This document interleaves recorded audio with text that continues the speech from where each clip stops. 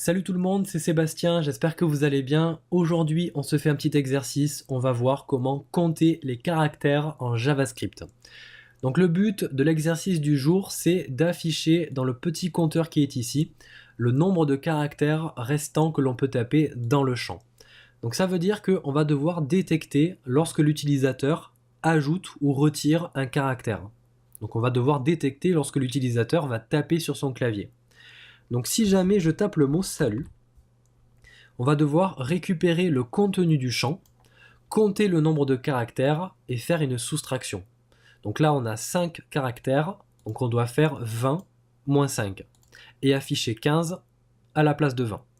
Et on va faire ça à chaque fois que l'on ajoute ou que l'on retire un caractère dans le champ.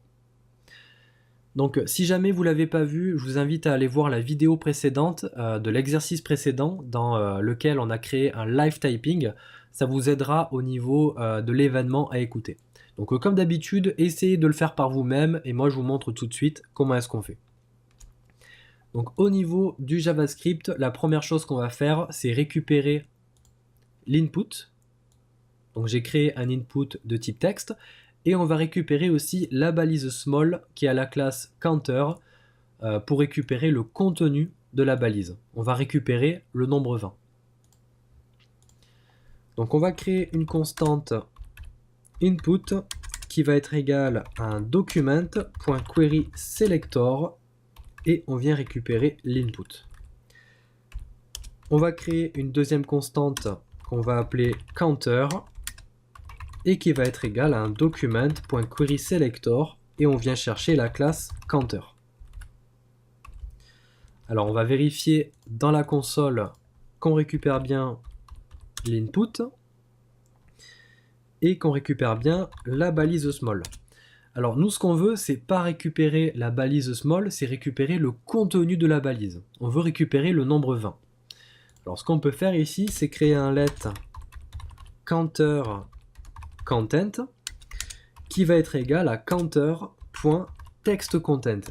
Donc là je me sers de la propriété textContent qui permet de récupérer le contenu d'une balise. Donc là si je fais un counter content, je récupère le contenu de la balise small et je récupère 20 sous forme de chaîne de caractères. Alors nous ce qu'on va faire, c'est une soustraction, donc on va faire un calcul. Donc ce qui serait bien, ce serait de transformer la chaîne de caractères 20 en nombre. Donc pour ça, on va utiliser number. Donc en fait, on va faire un number de counter.textContent. Donc on va convertir en valeur de type number la chaîne de caractères 20.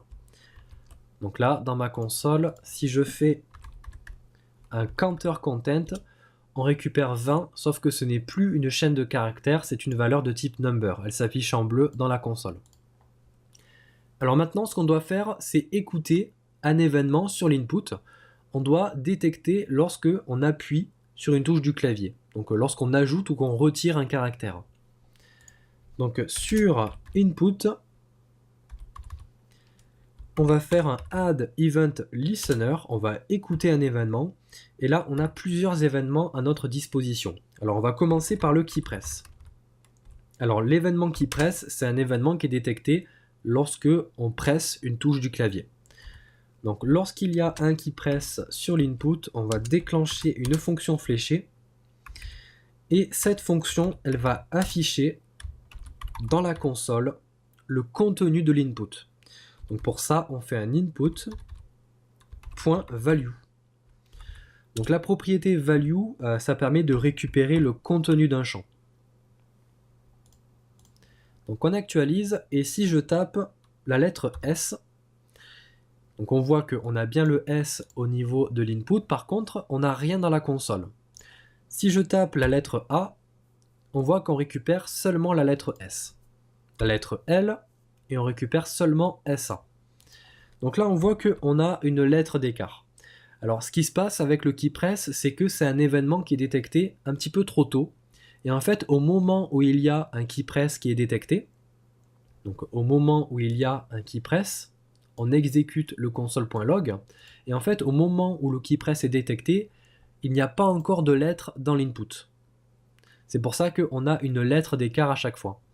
Et le truc embêtant avec le keypress, c'est qu'il ne détecte pas le retour en arrière. La touche suppression n'est pas détectée. Donc le keypress, c'est pas bon. On a le keydown. Alors le keydown, c'est un événement qui est détecté lorsqu'on enfonce une touche du clavier, lorsque la touche descend. Et là, le petit souci, c'est que pareil, c'est un événement qui est détecté un petit peu trop tôt. Et là, on voit qu'il nous manque une lettre. Donc là, j'ai le mot salut en entier et ça affiche seulement salut sans le T à la fin. Par contre, la touche suppression est bien détectée, mais on est quand même un petit peu embêté parce que quand le champ est vide, on a quand même la lettre S ici. Donc le key down, c'est pas bon. Par contre, on a le key up. Alors le key up, c'est l'inverse du key down. C'est un événement qui est détecté quand la touche remonte. Donc en fait, quand on lâche la touche avec le doigt, elle remonte et là le key up est détecté. Et là, c'est très bien parce que il récupère absolument tout. C'est un événement qui est détecté après que la lettre ne s'affiche dans l'input. Donc on arrive à récupérer le contenu de l'input. Maintenant, ce qu'il faudrait, ce serait compter le nombre de caractères. Et pour ça, c'est plutôt simple. Juste après le value, on va faire un point length. On va récupérer la longueur de la chaîne de caractères. Donc en fait, on va compter le nombre de caractères. Donc là, si j'actualise et que je tape le mot salut, on récupère bien 1, 2, 3, 4, 5. Du coup, maintenant, on peut faire notre soustraction. On peut faire un console.log de counter content. Donc là, c'est comme si j'écrivais 20 en fait, hein, moins input.value.length. Donc là, si je tape le mot salut, on a bien la soustraction qui fonctionne et on tombe bien à 15. Maintenant, ce qu'on va faire, c'est afficher le résultat de cette soustraction à la place de 20 ici. Donc on va couper la soustraction et on va faire un counter.innerHTML. Donc le innerHTML, ça permet d'écrire dans la balise. Et on va faire un innerHTML de counterContent moins input.value.length. On vérifie que ça fonctionne bien. Et là, on voit que ça marche super bien. Alors, ce qu'on peut faire pour améliorer un petit peu les choses, c'est faire en sorte que si jamais on est sur une valeur négative, on passe la couleur des chiffres en rouge. Alors pour ça, on a juste à faire une simple condition. On va faire un if counter.innerHTML, donc en fait le contenu de counter. Si c'est inférieur à 0, dans ce cas-là, on cible counter.style.color pour changer la couleur du texte et on va la passer en rouge. Donc normalement, si on passe sous le 0, on est bien en rouge. Ok.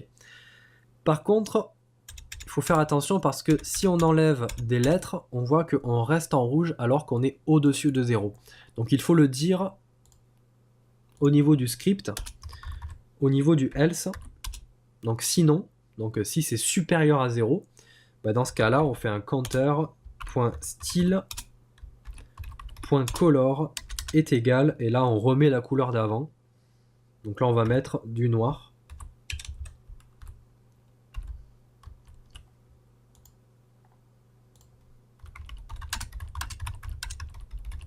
Donc là on est bien en rouge. Hop, et dès qu'on repasse au-dessus, on est bien en noir.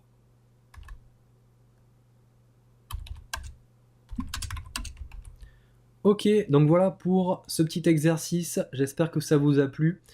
Comme d'habitude, n'hésitez pas à liker la vidéo, à la partager, à vous abonner à la chaîne si ce n'est pas déjà fait. Je vois les retours au niveau des vidéos, ça me fait toujours très plaisir. La chaîne commence à grossir. Si jamais vous voulez plus d'exercices dans ce style, vous trouverez la playlist, je la mettrai en description, dans laquelle il y a pas mal d'exercices dans ce style pour s'entraîner et devenir meilleur en JavaScript. Donc voilà pour cette petite vidéo, moi je vous dis à la prochaine pour la prochaine vidéo. Salut tout le monde.